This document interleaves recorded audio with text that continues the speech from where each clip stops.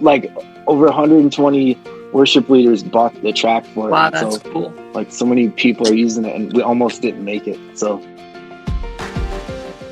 hey community. For this episode, I interviewed Loop producer Paul Krieg. Paul uploads tracks to loopcommunity.com under the name ALTO Studios. Paul's a new Loop producer, but his tracks are awesome, and he's already got over 40 on the site. So make sure you check out his tracks and enjoy the interview. Hey. Hey, Derek, how's it going? Good, Paul. How are you? Pretty good. Nice to meet you. You too. So you're in Chicago, right? Yes. Pretty close to downtown, the north side of Chicago. Cool. Where are you at? We're about 20 minutes southeast of Grand Rapids, Michigan. Oh, man, that's my hometown. No way, you're from Grand Rapids? Yes. Oh, dude, that's crazy. Yeah, that is crazy. So is that Alto, Michigan then? Is that? Yeah, Alto is the name of the little town that I live in, and so I named it ALTO Studios. Nice. So, what church do you go to? Ada Bible. I've been a worship leader on staff at Ada Bible Church for about 11 years now. I went to Ada Bible Church from the ages of 3 to 12. No way. That's crazy. That is crazy. So I was there for a while until about middle school. Oh, cool. So that would have been, 14 years ago, 15 years ago we left. But wow. Yeah, we were there back when it was one campus, back when it was just 2 services. I know it's a lot bigger now. Yeah, I think we're at like 4 campuses now. Nice. So that's awesome, man. Yeah. Great. Well, just wanted to have you on here so everybody could get to know you. I know people buy tracks on the site and they often see the name of the producer who made it and they're like, I don't know who that is, but they buy the track because it sounds good. And so, we just wanted to be able to put some faces to names and interview producers just about you and about your track process and everything. So, how long have you been a Loop producer? Cool. Well, I've been writing and producing for about 3 years. Every day is kind of just a commitment I made. And nice. I got into doing a lot of like TVQ instrumental stuff and signed some songs to some libraries. And then in November this year, October, November, my friend needed just some drum stems for some worship stuff. And then I made those for him and then started thinking, wow, this is kind of like what I do for the TV library stuff. So got involved in Loop, and then it's just been an awesome blessing and a feeling like to make worship tracks instead of stuff for like reality shows and stuff on TV. Yeah. And so once I started making worship tracks, I just kind of dove in. And like to be able to see like other churches use it and to be able to serve other worship leaders around the world has just been like totally crazy. So yeah, that's so cool. And so you haven't been an official like Loop community producer for very long, but your tracks, I'll just brag on you for a second, are so good. I'm always excited to see when you have a track available. I'm like, oh, we know it's good.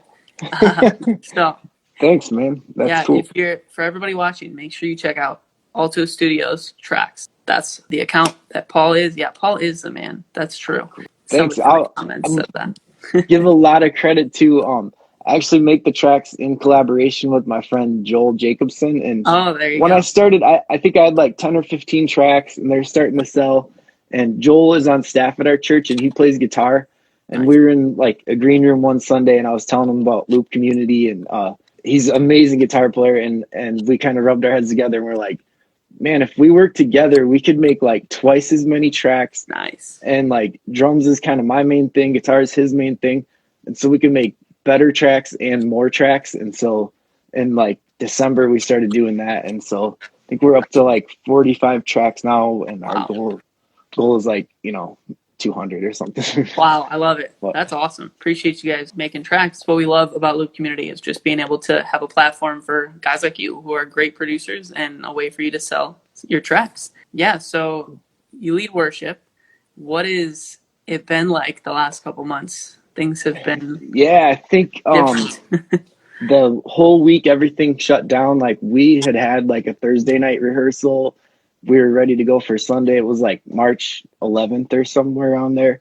And then Friday is when like the state of Michigan shut down and we shut everything down. And then we just all went to one campus and filmed a worship set live there.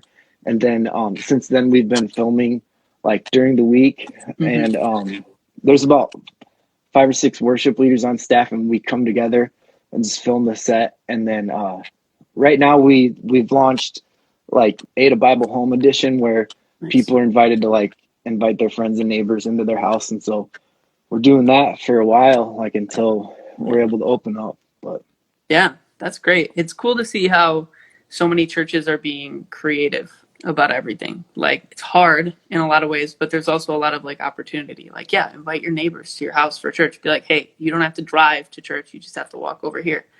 There's a lot of opportunity. So that's awesome. What's it been like producing wise? Have you found you have more time or less time? Yeah, sometimes it feels like we have more time. I think I'm making a lot more tracks now, but also there's just like life pops up, and it happens. But yeah, overall we're making more.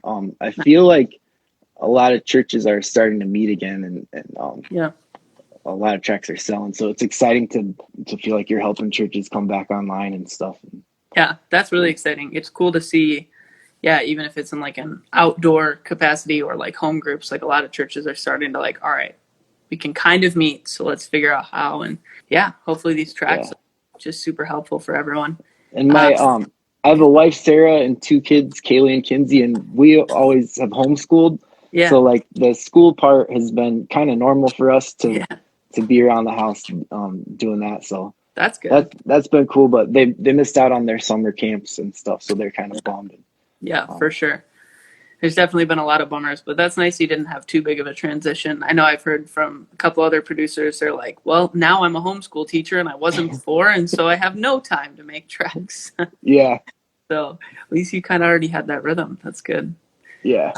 And hopefully things will just continue to slowly open and we'll all be safe and it'll be great. So when you produce tracks, I kind of want to hear more about your process, because you said you do it with Jacob, right? Was his name? Joel Jacobson. Joel Jacobson. I got to confuse. Yeah. Joel. So yeah, how do you guys get started when you're like, all right, we're making a track for that? Usually like the beginning of the month, we'll talk and see like what's come out, what's big on the radio, what just moves us in our heart first. And then we'll kind of have a list of maybe the 4 or 5 songs we want to tackle that month. And then Joel does the guitars, and then he'll send me those. And then the first thing I do is like find an MP3, find a chord chart, drag it into Logic, like map out the arrangement, so verse, chorus, and then I'll bring in the band cues. And I actually saved like a template of like songs that I've already produced that match up. So like it's really like snare, bass, everything's already like EQ'd and compressed to where my basic settings are. Nice. So I'm dragging stuff in, and then I'll send it to Joel, like, what do you think, man? And then we'll send it in, we'll upload it. And then our ratio of rejections from you guys is going down. At first, we got a lot of rejections just for mistakes and edits, and so those are going down, so that's cool. Yeah, that's awesome. Yeah, there's a lot of like just small details that are often hard to think about when you're just getting started. Just finding it's been great to learn and grow through the feedback. Yeah, so for sure. Yeah, Steven, he does a lot of the producing and checking all the tracks and stuff. So he's the guy that is the go-to for that. But yeah, that's awesome, man. It's cool to hear how you plan it out like beforehand all month. I think a lot of times if you were just like, oh, that song sounds cool, like I guess I'll do it right now, but then you run out of time. And so it's cool to hear you have a schedule. I think that's a helpful tip for a lot of producers. I think that's a big part of just collaboration with whatever you do, songwriting or whatever, is you kind of push each other. So when you commit to do those songs or to write a song at a certain time, and when you're with somebody else now, even if you don't feel like doing it, you're going to do it because you're scheduled in. So yeah, definitely. That's been a big part of it. Man, what is the hardest part of creating tracks for you? What's the hard part? The hardest part is stopping, like turning the computer off. Like, so instead of saying like, hey, I'm going to finish all the violin tracks like tonight or something, I'll say like, hey, I'm going to work from like 9 to midnight. And then at midnight, if it's not done, I stop no matter what. Because I used to want to try to finish something. I'll work until like 3 a.m. quite a bit. And so now I set like a goal, like a time, a block, like like a meeting, and then just work that way. So yeah, that's smart. It's another good tip. I mean, with anything that you're like passionate about, because it sounds like you love doing this. With anything like that, you can be like, oh, I spent 7 hours on it. Whoops. Guess I have to get up in a few hours. And yeah. How often do you lead worship at your church? Is it like? Usually it's like 3 times a month, 2 or 3 times a month. Nice. Yeah. What's your go-to instrument? Like, what do you play? Acoustic guitar. Nice. That was my guess, but I didn't want to. Yeah, guitar and sing, and kind of grew up playing drums, so it's good to use drumming, making tracks. So yeah, man, that's cool. This may be a hard question. What's your favorite track you've produced so far? I know you said you have over 40 at this point. Yeah, Holy Water track is my favorite, and it's kind of a cool story. Like I kind of heard it on the radio, but nobody had a track for it, and I didn't know of any churches that were doing the song. This was like in early December.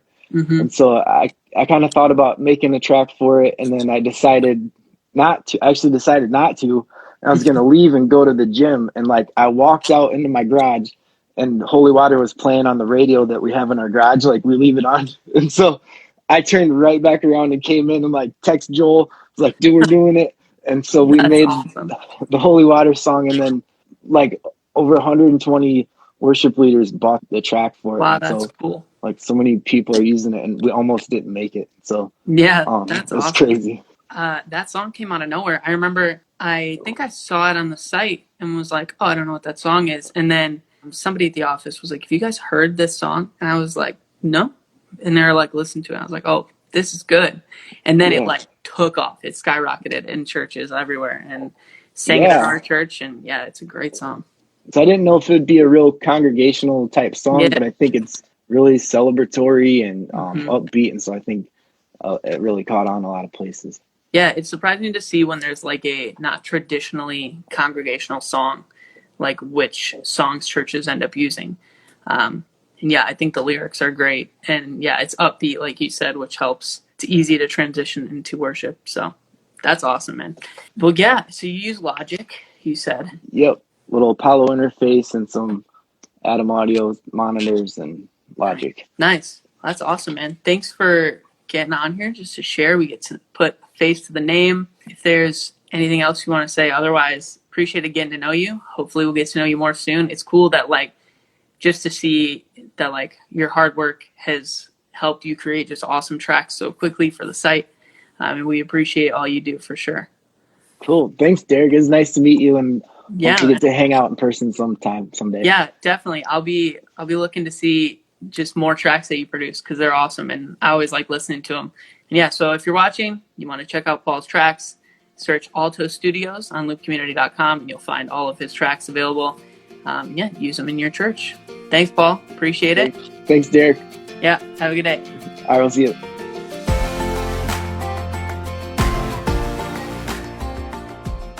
Thanks for joining us on the Loop Community Podcast. Music from this episode is brought to you by John Guerra from his album Little Songs. Make sure you check it out on Apple Music or Spotify.